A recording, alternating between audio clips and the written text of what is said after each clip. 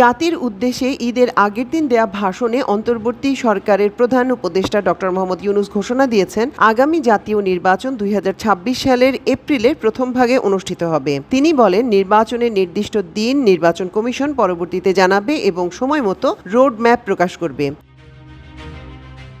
তবে এই ঘোষণায় সন্তুষ্ট নয় বিএনপি। দলটির নেতা সালাউদ্দিন আহমেদ জানিয়েছেন, নির্বাচন জানুয়ারিতেই সম্ভব ছিল।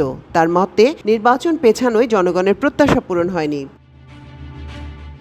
এই রাজনৈতিক অস্থিরতার মধ্যেই পশ্চিমবঙ্গের আনন্দবাজার পত্রিকাকে দেয়া এক সাক্ষাৎকারে আওয়ামী লীগের সাধারণ সম্পাদক ওবায়দুল কাদের জানিয়েছেন, নির্বাচন শেখ হাসিনার দেশে ফেরা এবং দলের পরিকল্পনা নিয়ে আওয়ামী লীগের সুস্পষ্ট কৌশল রয়েছে।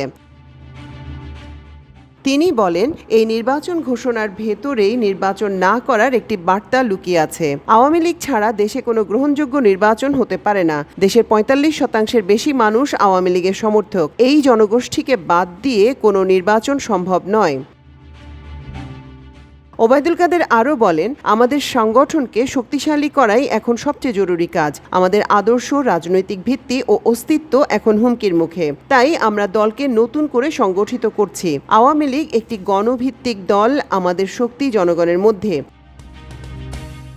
তিনি অভিযোগ করেন, জামায়াতে ইসলামের সাম্প্রতিক ঘোষণার সঙ্গে ডক্টর ইউনূসের নির্বাচনের সময়সূচি মিলে গেছে। তার মতে, ডক্টর ইউনূসের শক্তির উৎস হচ্ছে মৌলবাদী ও সাম্প্রদায়িক গোষ্ঠী। তারা তাকে ক্ষমতায় রাখার চেষ্টা করছে।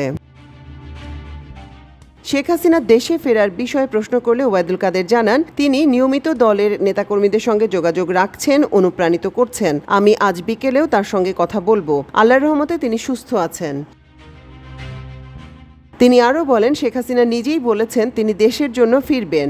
যারা তার বিরুদ্ধে ষড়যন্ত্র করেছে তাদের শাস্তি হবে। তবে কবে তিনি ফিরবেন তা এখন বলা সম্ভব নয়। সবকিছু নির্ভর করছে দেশের রাজনৈতিক অবস্থা, জনগণের মনোভাব এবং আন্তর্জাতিক পরিস্থিতির উপর।